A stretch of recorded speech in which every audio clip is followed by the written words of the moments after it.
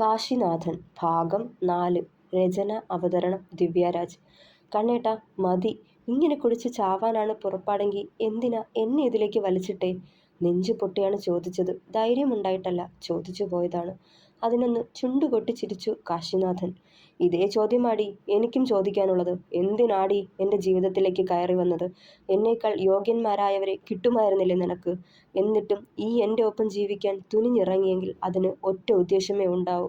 അത് ഈ ത്രയംബകവും ഈ കാണുന്ന സകല സ്വത്തുവകകളും ആണെന്ന് ആർക്കടി മനസ്സിലാവാത്തെ? നീയും എന്നെ വേദനിപ്പിക്കുകയുള്ളൂ. അതിനു വേണ്ടിയാവും ആ സ്ത്രീ നിന്നെ എൻ്റെ ജീവിതത്തിലേക്ക് കൊണ്ടുവന്നത്. സാവിത്രി, പല്ല് ഞെരിച്ചവൻ. പേരിൽ മാത്രമേ സാവിത്രിയുള്ളൂ, അല്ലാത്തപ്പോൾ രാക്ഷസി. അവർ രാക്ഷസി.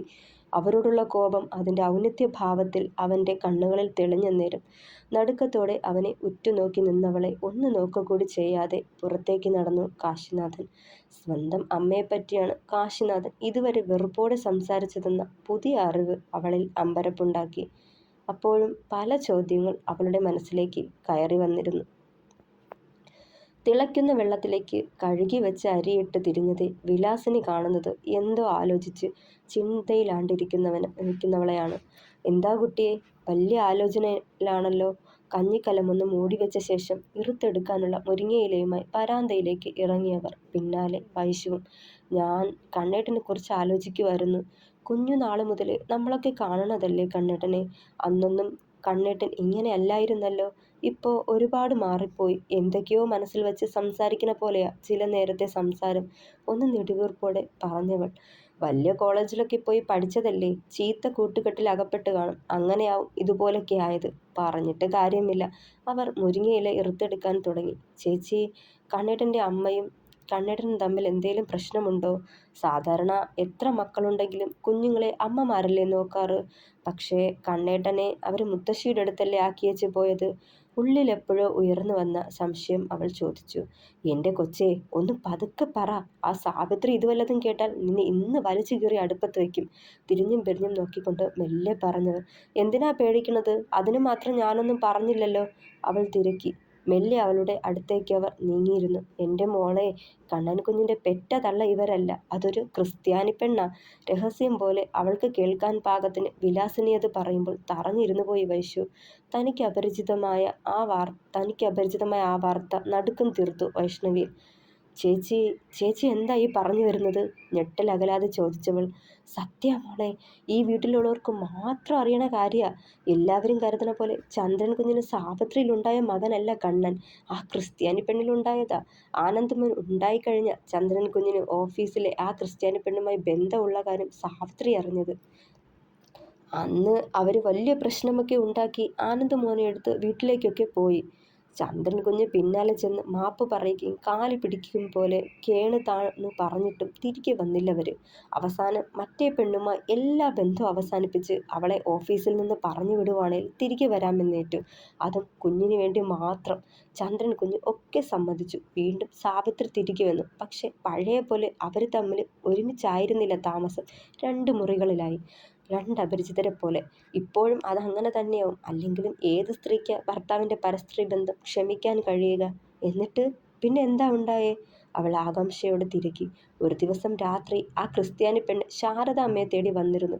ഒരു കൈക്കുഞ്ഞുമായി. അവളുടെ കയ്യിലിരുന്ന പൊടിക്കുഞ്ഞ് ചന്ദ്രൻ്റേതാണെന്ന് പറഞ്ഞു. ചന്ദ്രൻ കുഞ്ഞ് അവളുമായി എല്ലാ ബന്ധങ്ങളും അവസാനിപ്പിച്ചെന്ന് പറഞ്ഞ് ഓഫീസിൽ നിന്ന് പറഞ്ഞു വിടുമ്പോൾ കണ്ണൻ അവരുടെ ഉള്ളിൽ വളരാൻ തുടങ്ങിയിരുന്നു. ഇവരുടെ പ്രശ്നങ്ങളൊക്കെ ശാരദാമ്മയ്ക്ക് അറിയാവുന്നതാണല്ലോ. അന്ന് തിരികെ പോവാൻ നേരം ആ കുഞ്ഞിനെ ശാരദാമ്മയെ ഏൽപ്പിച്ചിട്ടാ ആ പെണ്ണ് ഇവിടെ നിന്ന് തിരികെ പോയത്. മോനെ ഇവിടെ കൊണ്ടു കൊടുത്തിട്ട് പോവാൻ അനുവദിച്ചെന്ന് പറഞ്ഞ് സാവിത്രി ഇവിടെ ഒത്തിരി പ്രശ്നങ്ങളുണ്ടാക്കി. ചന്ദ്രൻ കുഞ്ഞ് അന്നേരം ഒരക്ഷരം പോലും മിണ്ടാതെ മൗനം പാലിക്കുകയാണ് ഉണ്ടായത്. കാരണം കുഞ്ഞിന് ഉറപ്പായിരുന്നു ഇതിവിടുത്തെ ചോരയാണെന്ന്.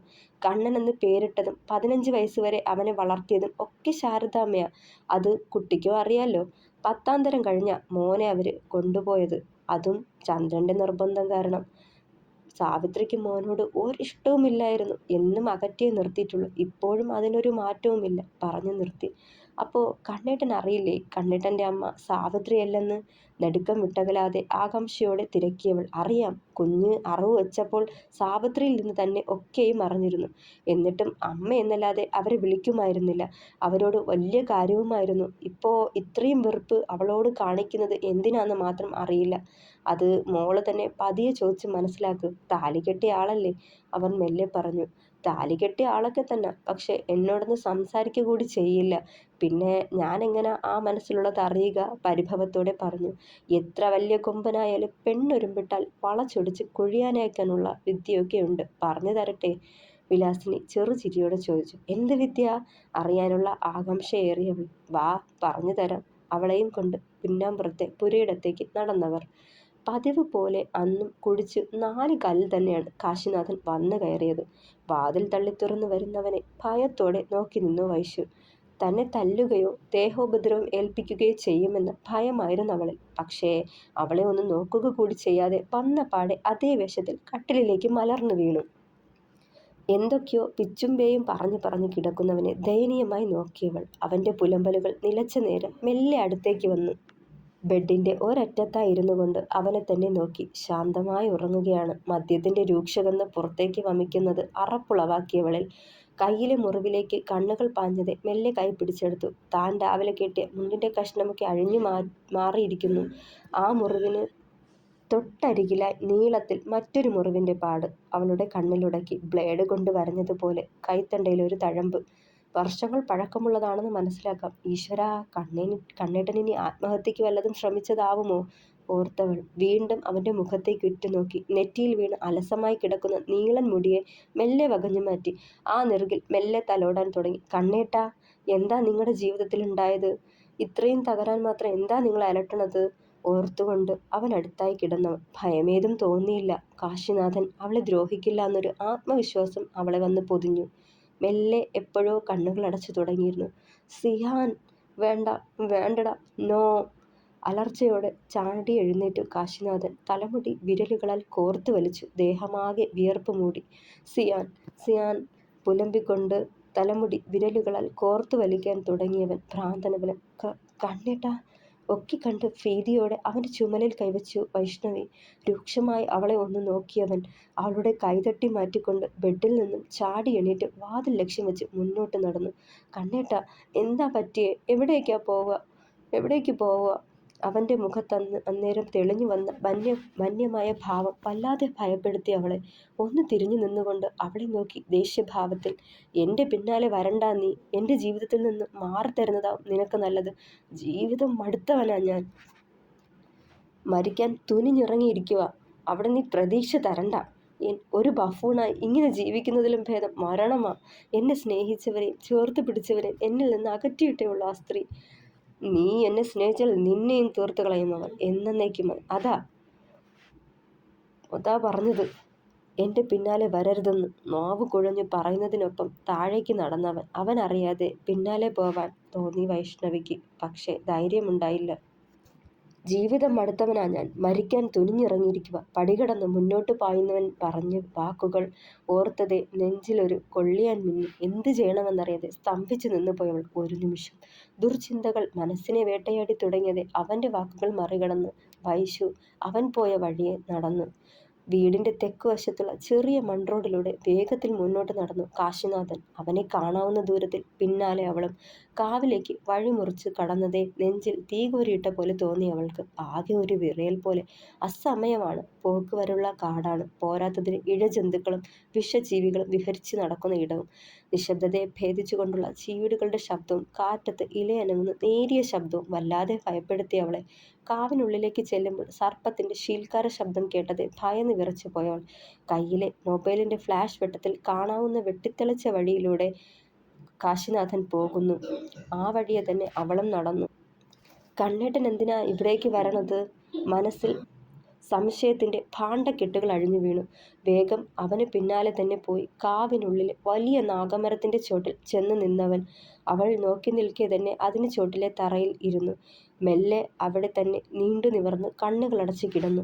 അപ്പോഴും ഹൃദയമിടിപ്പ് കുറഞ്ഞില്ല. പണ്ട് കുഞ്ഞുനാളിൽ കണ്ണേട്ടനും നന്ദേട്ടനും ഒപ്പം മറ്റു കുട്ടികളുടെ കൂടെ ഇവിടെ വന്ന് കളിക്കാറുള്ളത് ഓർത്തെടുത്തവൾ അവനെ അങ്ങനെ ഒറ്റയ്ക്ക് വിടാൻ മനസ്സനുവദിച്ചില്ല. ആ നെഞ്ചിൽ നീറിപ്പുകയുന്നത് എന്താണെന്നറിയണമെന്ന് തന്നെ തോന്നിയ വൈഷ്ണവിക്ക് മെല്ലെ അവനടുത്തേക്ക് നടന്നവൾ കണ്ണുകളടച്ച് കിടക്കുന്നവനെ വെറുതെ വല്ലാതെ പിടച്ചു ഹൃദയം. മെല്ലെ അവനടുത്തായി ചെന്നിരുന്നു. ആ നെറുകിൽ തലോടാൻ തുടങ്ങി. ഞെട്ടലോടെ കണ്ണു തുറന്നവൻ തൊട്ടു മുന്നിൽ അവളെ കണ്ടത് ചാടി എഴുന്നേറ്റു കാശി. നീ എന്താ ഇവിടെ? ഒച്ചയെടുത്തു. പതിയെ പറയ് കണ്ണേട്ടാ. വെറുതെ കിടന്നലറി നാട്ടുകാരെ ഭയപ്പെടുത്തണ്ട, നറുചിരിയോടവൾ പറഞ്ഞു. നീ എന്തിനാ വന്നതെന്നാ ചോദിച്ചത്? ഇത്തവണ കുറച്ചധികം ശബ്ദം താഴ്ത്തി പറഞ്ഞത്. എന്താ എനിക്കിവിടെ വരാൻ പാടില്ലാന്നുണ്ടോ? അവൻ്റെ കയ്യിൽ കൈകോർത്ത് പിടിച്ചുകൊണ്ട് മെല്ലെ എഴുന്നേറ്റു. നീ ഇവിടെ വരാൻ പാടില്ലായിരുന്നു. ഇത്തിരി നേരം മനസമാധാനത്തോടെ ഒറ്റയ്ക്കിരിക്കാൻ വേണ്ടിയാ ഇവിടേക്ക് വന്നത്. അതിന് സമ്മതിക്കില്ലെന്ന് വെച്ചാൽ? രൂക്ഷഭാവത്തിൽ അവളെ നോക്കി. അങ്ങനെ കണ്ണേട്ടനെ മാത്രം ഒറ്റയ്ക്ക് വിടാൻ തോന്നണില്ല, അതല്ലേ കൂടെ വന്നത്? പറഞ്ഞുകൊണ്ട് അവനെ പിന്നിലൂടെ പുണർന്നവൾ പുറത്ത് അവളുടെ ചുണ്ടുകൾ അമർത്തി. വൈഷ്ണവി, വേണ്ട, നിനക്ക് ഞാൻ ചേരില്ല.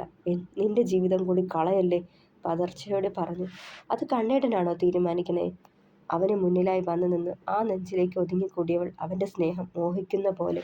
എന്നെ ഇഷ്ടമല്ലേ കണ്ണേട്ടാ? കൊഞ്ചലോടെ ചോദിച്ചവൾ. അതുവരെ അടങ്ങി നിന്നവൻ അവളെ പിടിച്ചു തള്ളി മാറ്റിക്കൊണ്ട് തിരിഞ്ഞു വീട്ടിലേക്ക് നടക്കാൻ തുടങ്ങി. തുടരും. കഥ ഇഷ്ടമായെങ്കിൽ സബ്സ്ക്രൈബ് ചെയ്ത് കൂടെ കൂടണേ. അഭിപ്രായങ്ങൾ പറയണേ.